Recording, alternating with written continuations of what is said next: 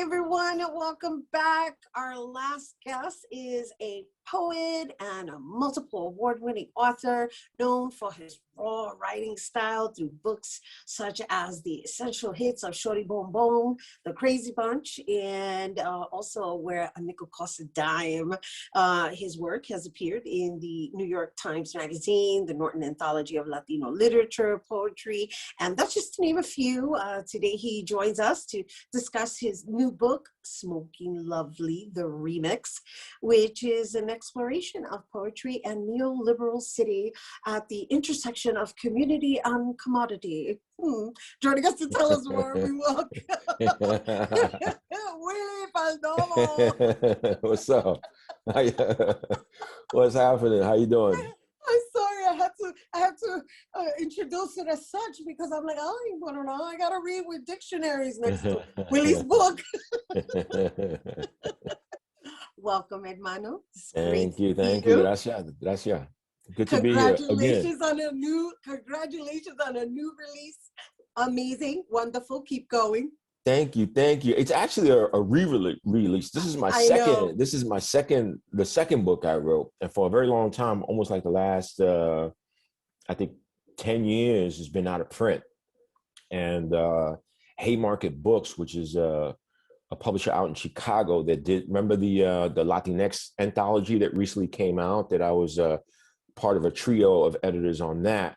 For that anthology, they decided to do this remix, and it's almost a brand new book because there's a great introduction by Urayoang Noel that sort of contextualizes the book in the 90s as a sort of look at the city and the spoken word movement as a commodified, gentrified dynamic. And then there's a short play that I added to it, and then an afterword in the back. So it's almost as if you're getting a brand new book. And then I deleted maybe one or two poems from the original edition, and I reconfigured some of those poems into prose poems, and they read much better.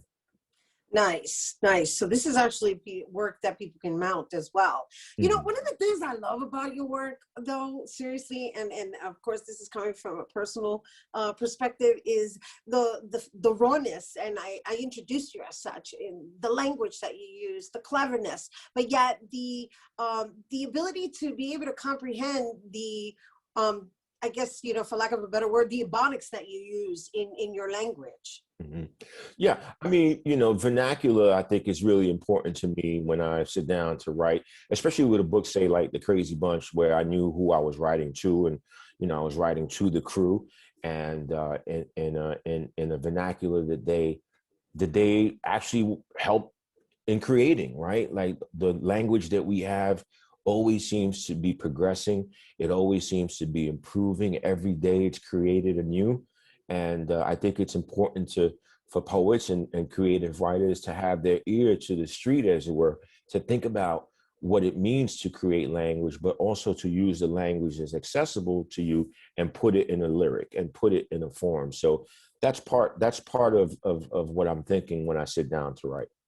It's beautiful. It's poetic within its own right? Because you're relating to the people who are inspiring you. And by the way, I have the book handy because I was reviewing it yesterday because I knew I was going to be revisiting with you, even though I've read it. And I do want to acknowledge the fact that, reading it, I was touched because obviously I live these days with you. But the fact that you immortalize certain people in using their names, it's quite special. It's really special. Yeah, I'm glad you caught that. I think, I one of the members of the crew called me up. We had a really great conversation about a month ago. And he said, Papa, it's deep because like, I feel now like I know what it feels like to live forever. Right. And really, that's really what I thought about the crew when we were having all that fun. But there was that level of tragedy, too, that we experienced. And somehow this is a beautiful block. This is a beautiful group of folks. And we all have our flaws for sure, but I think poets specifically tend to kind of look to the flaws to see where the light is going to come through the flaw, right? And to see how much beauty that there is to it without romanticizing it. So I think it was also a way for me to honor people like PD who's no longer around, right? It was a way to honor um, Dre, who is no longer around. So by using their names, it was a way for me to sort of bring them back to life and honor their memory and the collective memory that you and I share from, growing up in that barrio during that time. Yeah, and just to add on to that, I don't know if you can see, but I behind could me, I've got. see it. I remember that painting well from the Crazy Bunch launch in El Barrio or at the old Valencia bakery over there. Oh yeah, I remember that well. It's a beautiful painting.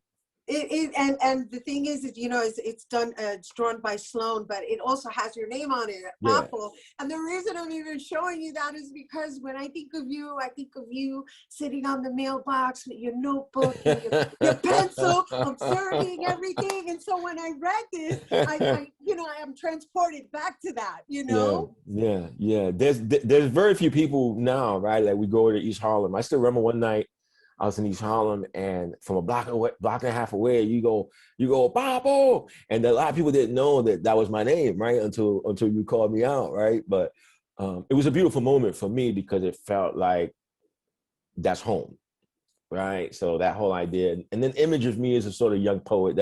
I'm glad you remember that. But I wrote a lot of those poems in the way Nickel Cosadon for sure from the corner.